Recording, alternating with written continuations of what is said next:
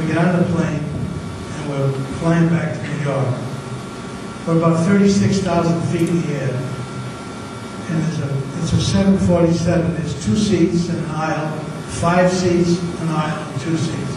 I'm sitting on the end of the 5th seat. My wife's next to me. These 3 ladies from California, and they said, "Would you like to pray the rosary?" So he's praying the rosary. Now, I didn't realize this is the first time that happened, except when Mother Mary appeared to us. I would cry, but my nose wouldn't run. I didn't figure it out right away. But if you ever start crying and your nose doesn't run, look out. So I started crying. And I wasn't sad. And then I heard this voice. The first time the Virgin Mary spoke to me, and I say it humbly, she said to me, "Little Ferdinand, my little flower, I love you very much. I am the Blessed Virgin Mary." Now I'm crying, and I'm nervous. And I said, "Mother Mary, are you talking to me?" And she said, "Yes, little Ferdinand." I said something stupid.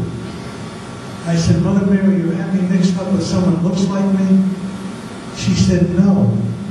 You never went to school. You never read a book. Your head is empty." I was a little insulted, but she was right. And she said, "I'm going to teach you." And she read my mind.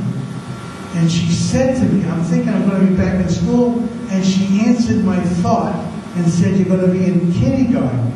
And you're never going to get out of kindergarten." I said, "Wow, I made it to the 8th grade."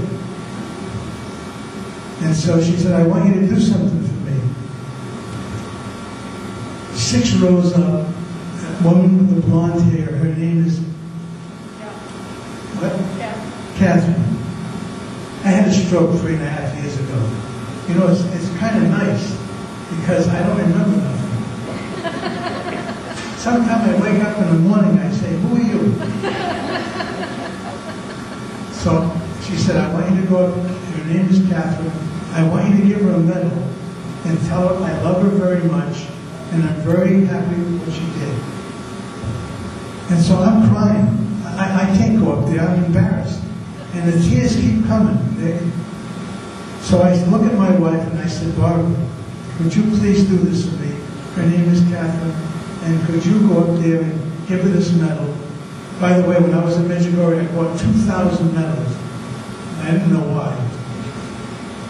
Could you go up there and give this lady the medal and tell her Mother Mary loves her very much and she's very pleased at what she did? And I said what she told you to do. I said, "Barbara, I got trouble with the FBI. I got trouble in heaven, and now I got trouble with you. Can you please, I can't stop crying."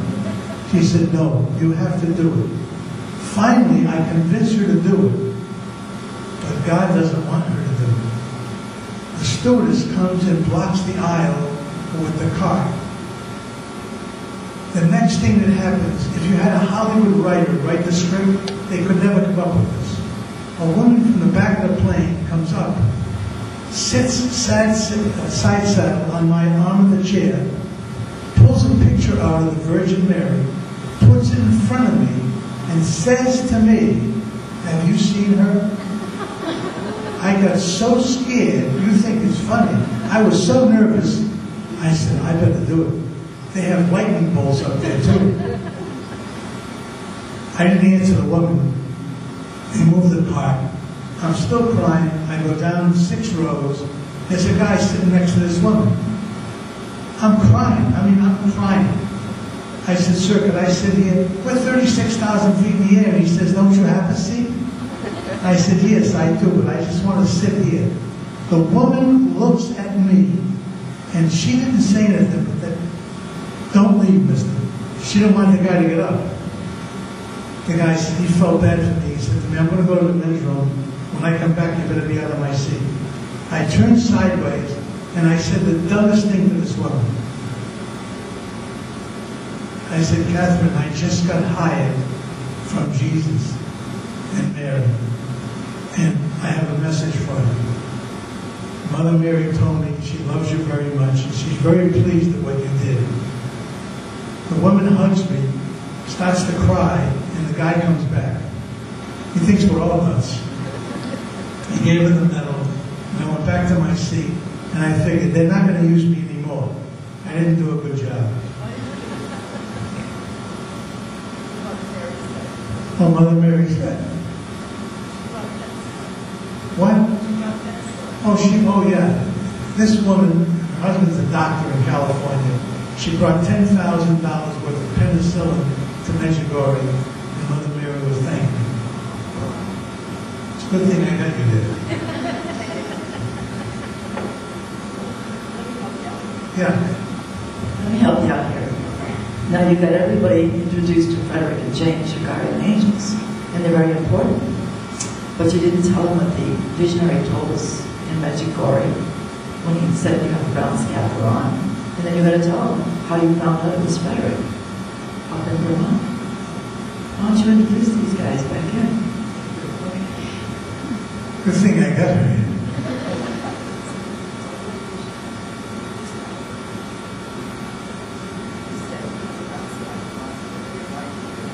Oh, yes. Thank you very much. Yeah, this is very good.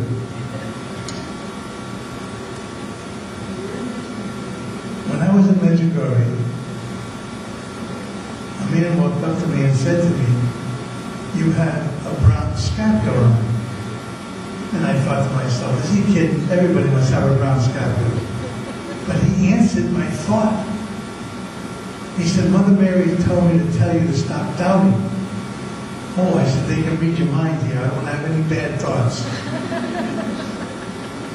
He said, Jesus is sending you and your wife on a heavenly mission.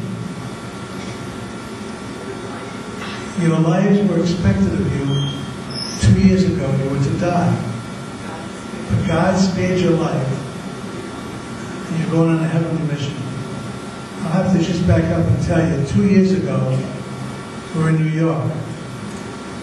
And some friends of ours invited us to Manhattan. And on Sunday morning, we got up early to go to Mass, and we were going to walk to St. Patrick's Church. It's about a 20-minute walk from the hotel. And there was going out, and the smoke coming from the manholes.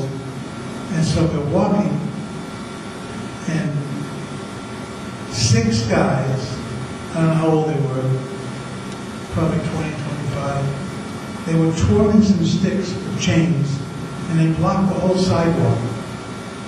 And so they were about 75 feet away from us. And I said, "Barbara, this looks like trouble. We better cross the street." And so we crossed the street, this big wide street. And halfway across the street, I said, "Don't look back." But I turned around, and I saw 6 guys standing on the curb doing this. And I thought, how terrible of me that they were going to harm us. Frederick told me later, we were in Vermont in a snowstorm, and we couldn't even see.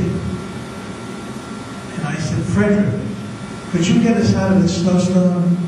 He said, "Yes." And he let us out. And he said, "I once hid you in plain sight." And then he showed me a vision, like on a big television screen, of me and Barbara walking in New York. And when I stepped off the curb, we both stepped off the curb, he hid us in plain sight. And those 6 guys, that day, their conversion started, because they saw 2 people disappear. Right? Good thing I got her here, because she knows all the stories. I know them, but I can't remember them. So where was I now? Well, you're on the airplane, just came up the bed, on the way back to Paris. Okay. So we get back to America, we go to the lawyer's office. And he looks at us, and he says, "What happened to you two? You look different." And so he's a Jewish lawyer. I told him about the Virgin Mary appearing to us. And we brought him a picture back of the Virgin Mary.